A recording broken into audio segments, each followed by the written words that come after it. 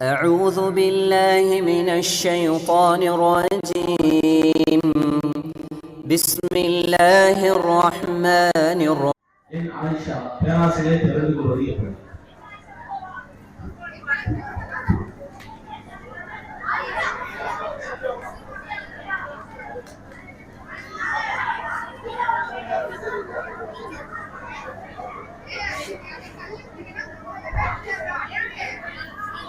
அஸ்ஸலாமு அலைக்கும் வரஹ்மத்துல்லாஹி வபரகாத்துஹு.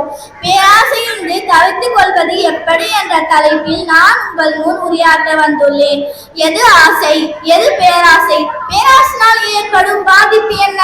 அதனுடைய மறுமை நிலை என்ன?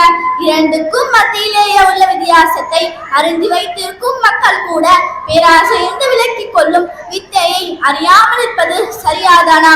இதோ அதற்கு நம்முடைய மார்க்கம் அழகான தீர்வை சொல்கிறது.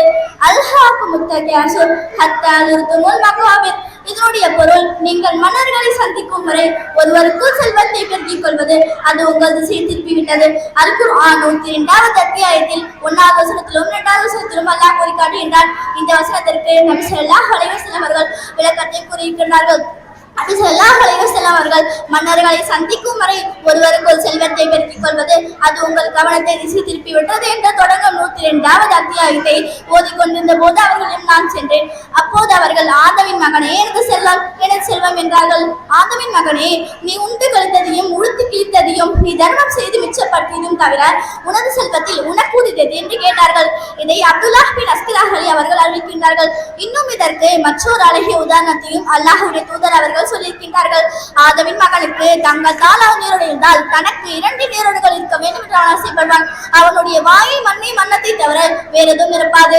மேலும் இது போல பேராசையின்றி அல்லாஹ்விடம் பாவ மன்னிப்பு கோரி மீண்டும் அவரின் கோரிக்கையை அல்லாஹ் ஏற்றுக்கொள்கிறான். இந்த செய்திகளை நம்முடைய வாழ்க்கையில் உணர்ந்து ஏற்று வாழ்ந்தால் நாம் நிச்சயமாக பேராசையின்றி நம்மால் தவிர்த்துக் கொள்ள முடியும்.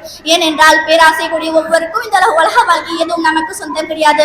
நம்முடைய மரணத்திற்கு பிறகு எதுவும் நம்மோடு வரப்போதும் கிடையாது என்ற எண்ணம் உள்ளத்தில் இருக்குமானால் பேராசை என்பது நம்முடைய உள்ளத்திலிருந்து தானாக நீங்கிவிடும். இதை நாம் சிந்தித்து செயல்பட்டு போதுமன்ற மனத்துடன் திருப்தி கொண்டு வாழ்ந்தால் பேராசையின்றி நம்மால் தவிர்த்துக் கொள்ள முடியும். இதனால் இம்மையிலும் மறுமையிலும் வெற்றி பெற முடியும். அல்லாஹ் உங்களுக்கும் எனக்கும் அருள் புரிவானாக.